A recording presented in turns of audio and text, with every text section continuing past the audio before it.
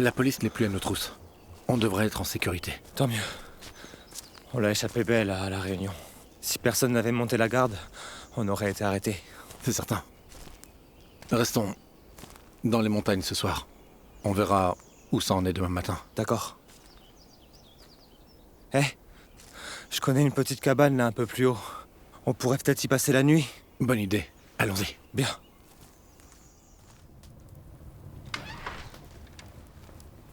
Voilà plus de bois. Parfait. Dis, j'ai appris que tu avais été arrêté alors que tu prêchais l'évangile. Et qu'on t'avait torturé 9 jours et 9 nuits. C'est vrai. Comment ça s'est passé? Un après-midi, en mars 2008, alors que je me réunissais avec frère Liu et 3 sœurs, on a subitement entendu tambouriner à la porte. Puis une dizaine de policiers ont fait irruption dans la maison. Avant qu'on ait eu le temps de réagir, l'un d'eux a crié à plein poumon. « Plus un geste, contre le mur !» 2 d'entre eux ont retiré ma ceinture, ainsi que celle du frère Liu. Ils ont attaché nos mains et nous ont poussés contre le mur. Les autres sont passés de pièce en pièce, en fouillant partout. En un rien de temps, ils ont tout mis sans dessus-dessous. Ils ont même regardé sous le matelas. Ils ont fini par trouver un carton de livres des paroles de Dieu. J'étais très nerveux et mon cœur battait à tout rompre. Comme je ne savais pas à quel genre de torture nous allions être soumis, j'ai adressé une prière à Dieu en silence.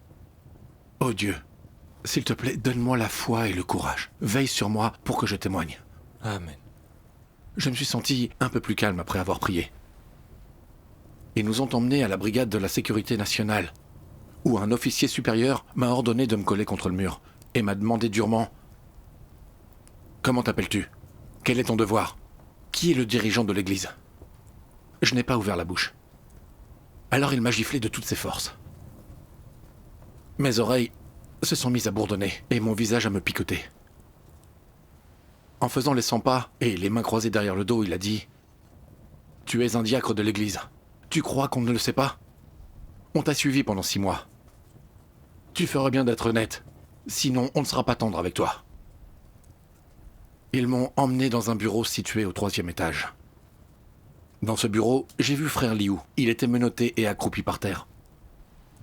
Les policiers nous ont mis dos à dos, les mains rapprochées. Ils nous ont menottés l'un à l'autre et nous ont ordonné de rester accroupis. Pouviez-vous rester accroupi, comme ça? Ils s'ingéniaient à vous faire souffrir. Oui. Nos jambes se sont vite mises à trembler et on se balançait malgré nous. Plus on bougeait, et bien sûr plus les menottes nous serraient. Elles s'enfonçaient profondément et douloureusement dans notre chair. Au bout de 20 minutes, mes jambes me soutenaient presque plus et j'étais en nage, vraiment éprouvé. Frère Liu a failli tomber par terre. Un policier lui a donné un violent coup de pied et il nous a ordonné de nous accroupir. C'était encore pire cette fois. Nos dos étaient collés l'un contre l'autre et on n'osait pas bouger nos mains. J'ai vite eu l'impression que j'étais en train d'étouffer. Et mes mains et mes pieds se sont engourdis. Au bout d'une demi-heure, on n'avait plus aucune force. Et on s'est effondré sur le sol. On a profité de l'occasion pour se prendre la main et s'encourager un peu en se pressant les doigts. Plus d'1 heure s'est écoulée.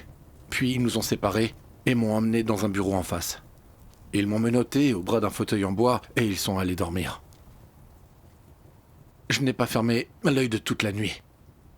Je ne faisais que penser que le PCC est les croyants plus que tout. Quand il nous met la main dessus, il nous torture et nous bat à mort.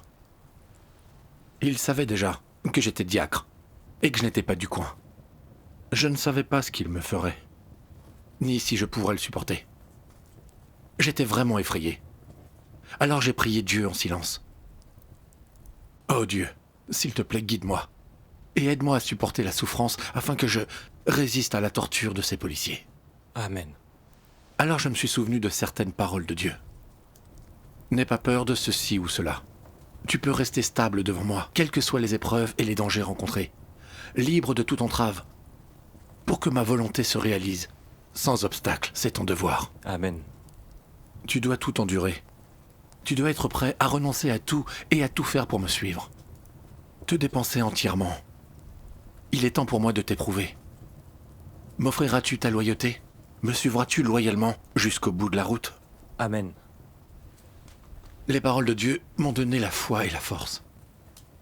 Absolument tout est entre les mains de Dieu.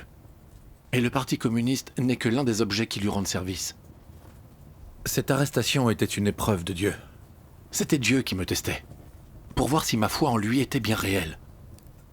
Je l'ai prié au fond de mon cœur.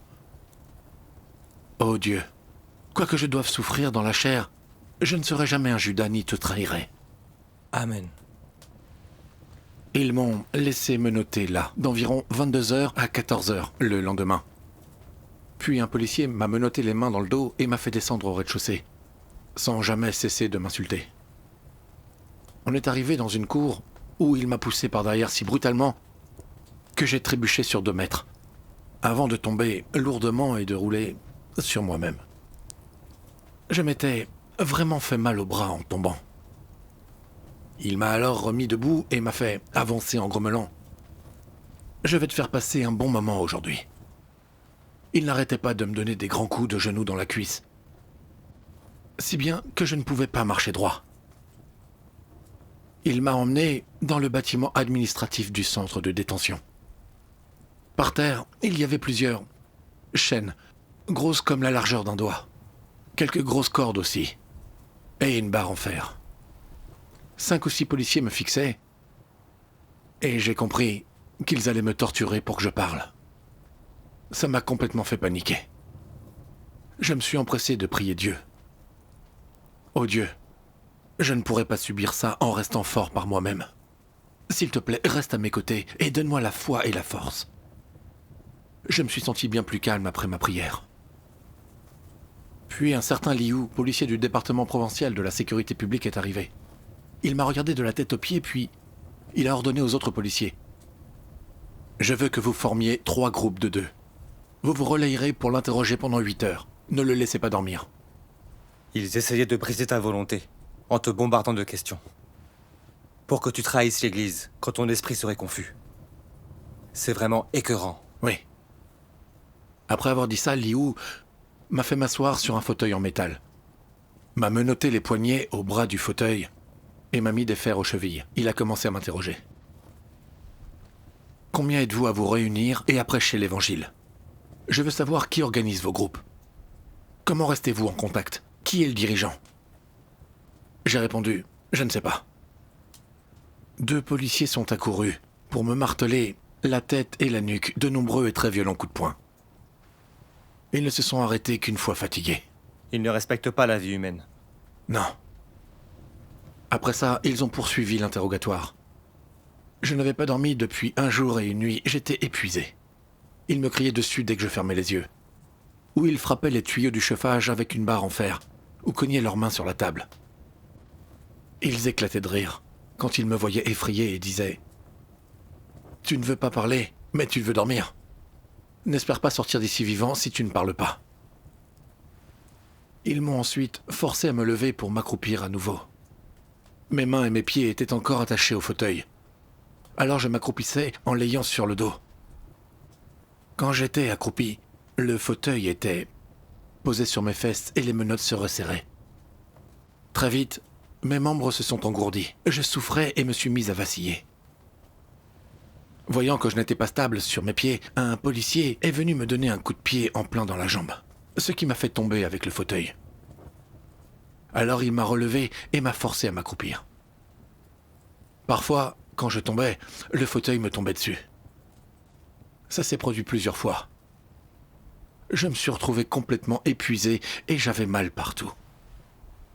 Mes poignets étaient enflés et tuméfiés par les menottes, et je ne pouvais plus bouger les jambes. Je suis tombé sans pouvoir me relever, et ils m'ont enfin laissé me rasseoir. Quand j'ai voulu aller aux toilettes tard dans la nuit, les policiers m'ont détaché qu'une menotte et m'ont forcé à porter le fauteuil. J'ai dû déboutonner mon pantalon d'une seule main, ce qui était très dur. 2 policiers sont restés à l'entrée des toilettes à se moquer de moi, ce qui était très humiliant. J'étais furieux. C'est démentir du plaisir de la souffrance des gens. Oui. Le 3e jour, un autre policier haut gradé est venu m'interroger.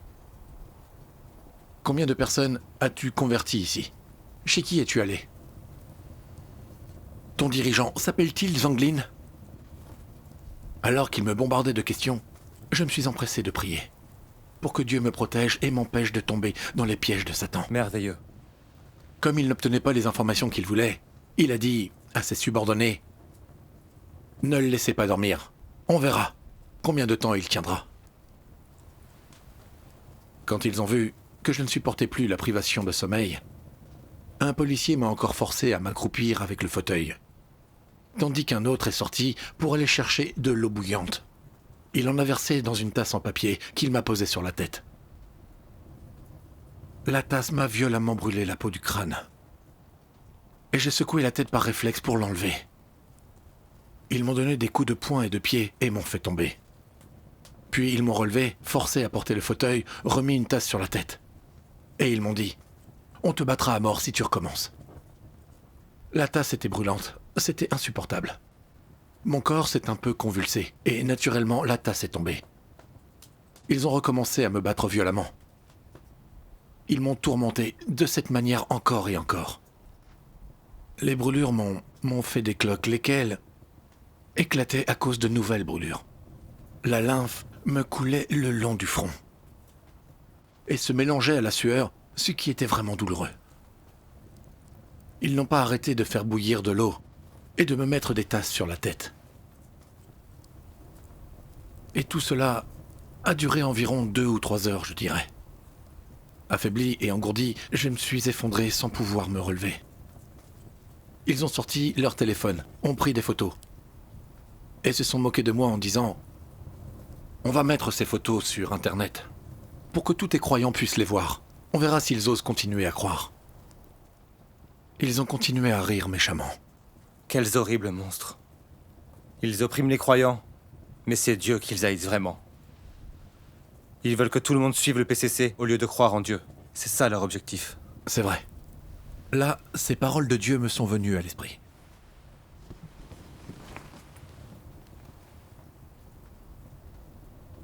Ancêtres des anciens, leaders bien-aimés, ils s'opposent tous à Dieu. Leur ingérence a tout laissé sous le ciel dans un état de chaos. Les droits et intérêts légitimes des citoyens, la liberté de religion. Ce n'est qu'une ruse pour camoufler le péché. Le temps est désormais venu. Depuis longtemps, l'homme a rassemblé toutes ses forces. Il a consacré tous ses efforts et il a également payé tout le prix pour ceci. Dévoiler le visage hideux de ce démon et permettre à ceux qui ont été aveuglés et tourmentés de s'extraire de leur douleur et de rejeter ce démon malfaisant. Amen. Amen. Le PCC travaille follement contre Dieu et brutalise les croyants. Ce n'est qu'une meute de démons qui s'opposent à Dieu et méprisent la vérité. Oui. Plus ils me torturaient, mieux je voyais leur terrible essence démoniaque. Et j'ai rejeté et maudit le PCC du fond du cœur. Je voulais témoigner pour Dieu, sans jamais le trahir ni dénoncer des frères et sœurs. Amen. Quand j'ai pris cette décision, le fauteuil que j'avais sur le dos qui devait peser 7 kilos m'a semblé moins lourd. J'ai entendu l'un des policiers dire « Même nous, on n'en peut plus. Ce type s'en sort vraiment bien avec ce fauteuil. » J'ai loué Dieu en silence quand j'ai entendu ça. Oh Dieu, tu es vraiment tout-puissant. Sans l'orientation de tes paroles, je n'aurais jamais supporté la torture de Satan tout seul. Dieu soit loué. C'était vraiment son acte merveilleux. Amen. Le 4e jour, j'étais menotté et je portais des fers depuis si longtemps que je ne sentais plus du tout mes jambes et mes pieds. Mes mains et mes pieds étaient tuméfiés, enflés, comme des ballons. Et les menottes s'enfonçaient fort dans ma chair. J'étais si fatigué que je ne pouvais pas rouvrir les yeux quand ils se fermaient. Les policiers frappaient la table et tapaient sur les tuyaux pour m'empêcher de dormir. Ils n'arrêtaient pas de me donner des coups de pied dans les jambes. C'était horriblement douloureux. Puis, un policier qui semblait commander est venu, m'a observé, m'a détaché et m'a ordonné de me lever et de sauter. Comme je n'avais pas mangé depuis plusieurs jours, et qu'il n'avait pas cessé de me torturer, je n'avais absolument aucune force. Je pouvais à peine me relever et pour cela, j'ai dû prendre appui sur les bras du fauteuil. Et je suis tombé après seulement quelques sauts. Il riait aux éclats en me regardant faire. J'ai continué à sauter et à tomber répétitivement pendant plus d'1 heure. Ensuite, ils m'ont de nouveau menotté au fauteuil et ont continué à m'interroger. L'un d'eux m'a demandé « Chez qui es-tu allé? Où vivent-ils? Montre-nous les endroits. Il n'est pas nécessaire que tu entres. Donne-nous une adresse et on te laissera partir. » J'ai répondu « Je ne sais pas. » Ils m'ont interrogé sans fin, mais sont partis résignés, car je ne disais rien. Il ne pouvait pas se permettre de renoncer si facilement. En effet. 5 jours étaient passés, et je n'avais plus de force physique ni mentale. Je ne pouvais pas ne pas fermer les yeux. Les 2 policiers qui me surveillaient continuaient à frapper la table et les tuyaux. Mais ma tête était si lourde qu'elle flanchait toute seule. L'un d'eux s'est approché de moi et m'a écarté les paupières. Et l'autre m'a fait gicler le liquide d'une pelure d'orange dans les yeux. Il s'est mis à crier fort. « Tu crois pouvoir dormir? Tu veux dormir ?» J'ai ressenti une douleur fulgurante dans les yeux et des larmes se sont mises à couler. Je me suis débattu pour reculer ma tête.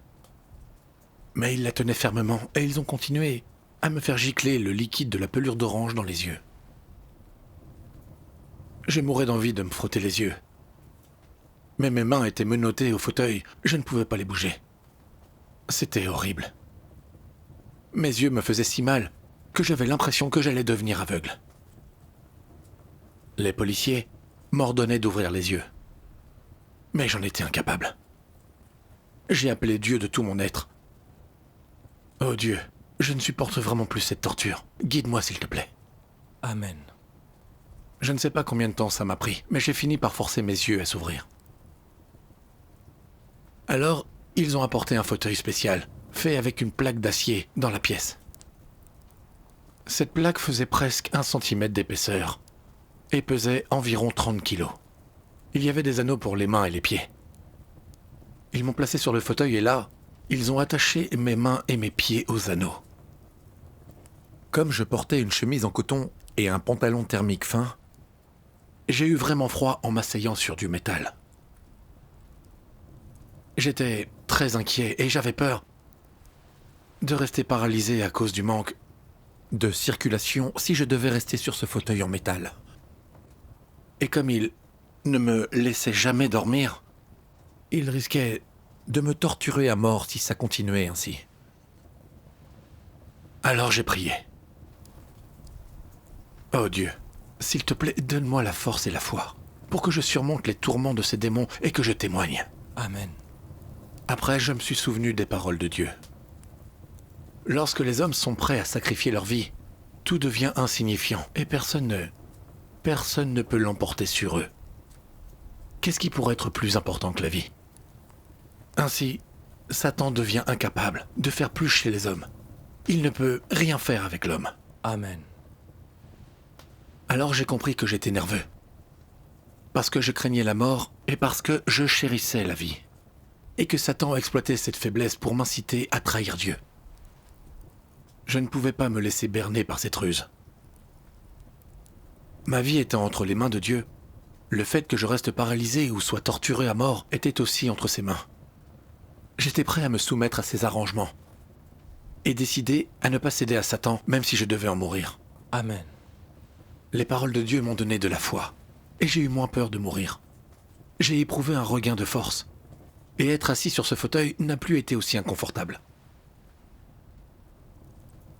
Mais l'après-midi du 6e jour, j'étais resté plusieurs jours et plusieurs nuits sans boire, et mes lèvres étaient si sèches qu'elles pelaient. Ils ne m'avaient donné un peu de nourriture que quelquefois. La faim me faisait perdre la tête et j'étais vraiment faible. Comme les cloques de ma tête n'avaient pas cicatrisé, la moindre goutte de sueur me faisait souffrir. Le policier du département de la sécurité publique est revenu. Il s'est placé devant moi et m'a dit pour m'appâter « Parle-nous un peu de ton église. Et tu n'auras plus à souffrir. Allez, qui est le dirigeant? Où se trouve l'argent? Si tu coopères avec nous, on te donnera un emploi dans la police, promis. Alors, tu seras sûr d'avoir une bonne vie. N'est-ce pas mieux que de suivre ton Dieu? Et il a ajouté, tu seras récompensé si tu nous aides à trouver le dirigeant supérieur de ton église. Et on ne dira pas que nos informations venaient de toi. Personne ne le saura. Comme c'est méprisable. Ces monstres n'ont pas eu ce qu'ils voulaient par la torture. Alors ils ont essayé de t'appâter. C'est vraiment horrible. Oui. J'étais outré et j'ai décidé d'ignorer ses propos. Voyant que j'étais indifférent, il a poursuivi, feignant l'inquiétude. Même si tu ne te soucies pas de toi, tu devrais penser à tes parents. Ce sont des personnes âgées. Supporterait-il de savoir ce qui est en train de t'arriver? Tout ira bien si tu nous parles. Et ta famille aura une bonne vie, tu peux me croire. Voyant bien qu'il s'agissait encore de l'une de leurs ruses, j'ai répondu de façon sèche et vraiment indignée. Je ne sais absolument rien. Arrêtez d'espérer tirer quelque chose de moi. Fou de rage, il a pris une bouteille d'eau et s'en est servi pour me frapper le visage et la tête. J'ai eu un vertige. Ma vue s'est brouillée. Mon visage s'est engourdi et j'avais les oreilles qui bourdonnaient. Ça a duré un moment. Ensuite, il a dit, furieux, « On fera venir tes parents demain. » Je lui ai répondu, « Ça ne changera rien du tout. Je ne parlerai pas. Même si vous me battez à mort, je ne trahirai jamais Dieu. » Amen. Il s'est mis à hurler. « Tu es fou de Dieu. Ton cas est vraiment désespéré. » J'ai été très reconnaissant envers Dieu quand j'ai vu ce diable échouer, humilié. Dieu soit loué. Le 7e jour, ils ont continué à me torturer et à me tenir éveillé. Leur torture incessante de jour et de nuit m'avait affaibli. J'avais l'impression que le monde tanguait, et ma vue était complètement brouillée. J'avais même des hallucinations. Parfois, les choses que je voyais se superposaient ou se déformaient. J'avais l'impression d'être dans différents endroits en même temps. Dans mon brouillard, quelqu'un m'a tordu l'oreille et a aboyé. « Tu fais semblant d'être mort? Parle, sinon tu ne survivras pas. Laisse ton Dieu venir te sauver. » Mais je ne ressentais que de la douleur, et je ne pouvais pas ouvrir les yeux. Alors, je me suis évanoui. Après je ne sais pas combien de temps, je suis revenu à moi et j'ai découvert que mes vêtements étaient trempés. Je me suis aperçu que les policiers m'avaient aspergé d'eau froide. Le 9e jour, 3 des 6 policiers qui me surveillaient ont attrapé un rhume.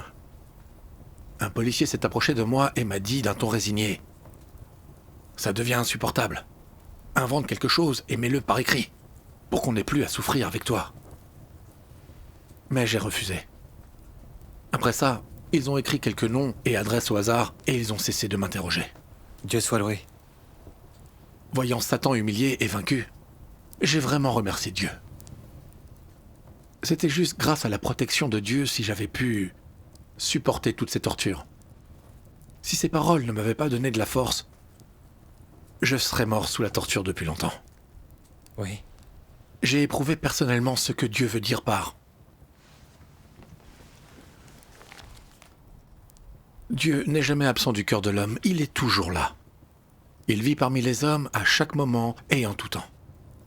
Il est resté la force motrice de la vie de l'homme, l'origine de son existence, et un gisement riche pour l'existence de l'homme après sa naissance. Il fait renaître l'homme et lui permet de vivre obstinément dans chacun de ses rôles. Grâce à sa puissance, et grâce à sa force vitale inextinguible, l'homme a traversé des générations, au cours desquelles la puissance de la vie de Dieu a été le pilier de l'existence de l'homme, et pour laquelle Dieu a payé un prix que personne n'a payé. La force vitale de Dieu peut prévaloir sur toute puissance. En outre, elle dépasse tout pouvoir. Sa vie est éternelle. Sa puissance est extraordinaire. Et sa force vitale ne peut pas être engloutie par une créature ou une force ennemie, quelle qu'elle soit. Dieu soit loué. C'est stupéfiant que tu aies à supporter 9 jours et 9 nuits de ce tourment. Dieu soit loué. Les paroles de Dieu m'ont vraiment guidé. Amen. J'ai entendu dire qu'il t'avait condamné aux travaux forcés. Oui.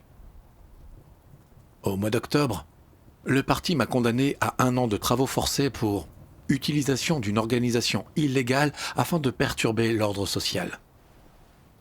Après ma libération, j'ai appris que ma famille avait fait jouer ses relations et dépensé plus de $3000 pour que je sois relâché. Sinon, j'aurais passé encore plus de temps dans un camp de travail.